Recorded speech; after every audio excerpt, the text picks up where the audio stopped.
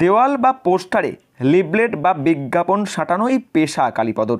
দীর্ঘ প্রায় ৩০ বছর এটাই তার রুটি রুজি। প্রতিদিন সাত সকালে নাইলনের ব্যাগ হাতে বেরিয়ে পড়া, এক হাতে ব্যাগ অন্য হাতে ব্রাশ। এভাবেই বাজার, হাট, বাস স্টপ থেকে রেল স্টেশন সংলগ্ন এলাকায় ঘুরতে দেখা যায় রোগা চিপচিপে গড়নের একজন মাঝবয়সী ব্যক্তিকে। এক হাতে ৩ থেকে ৪ ইঞ্চি ব্রাশ।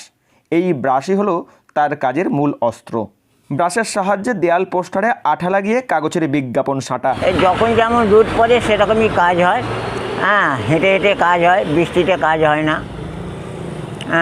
এগুলো পিস হিসেবে পয়সা। কিভাবে? হেঁটে হেঁটে কতটা হাঁটতে হয় একদিনে? 8 কিলোমিটার 10 কিলোমিটার। আবার সেরকম পোস্টার যদি যায় 4-5 কিলোমিটার কাজ শেষ হয়ে যায়। আর এই বর্ষায় কেমন কাজ হয় না, বৃষ্টিতে কাজ হয় না।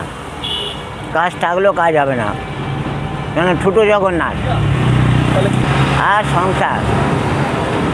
আমাদের তো রুটি রোজগার তো এর ওপর, দিন আনি দিন খাই। যাকে কিছু ফোন নম্বর দেওয়া আছে সেই হিসেবে কাজ হয়।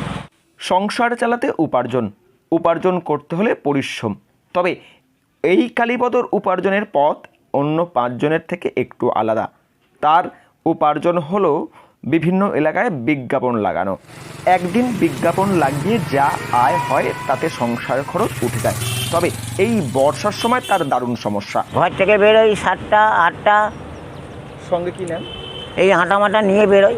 আটা কোথা থেকে তৈরি হয়? ঘর থেকে তৈরি করে। কিসের আটা তৈরি করে? ময়দা, অ্যারারুট পাইল করে। কেন রাস্তা খরচ, খাওয়া খরচ, এমনি তো বেরোনো মানেই তো 150-200 টাকা খরচা আছে। আকাশে ওয়েদারের উপর নির্ভর। সব জায়গায় ঘুরি, আমার কোনো নেই। আর সারাদিন কতক্ষণ কাজ করেন? ওই 6 ঘন্টা 7 ঘন্টা, এক সময় 8 ঘন্টাও হয়ে যায়। 5 আপ ডাউন করি। মানে পানিটা 5 থাকতে এসছি রানিহাটি থেকে কাজ করে যাচ্ছে চাপাতলা।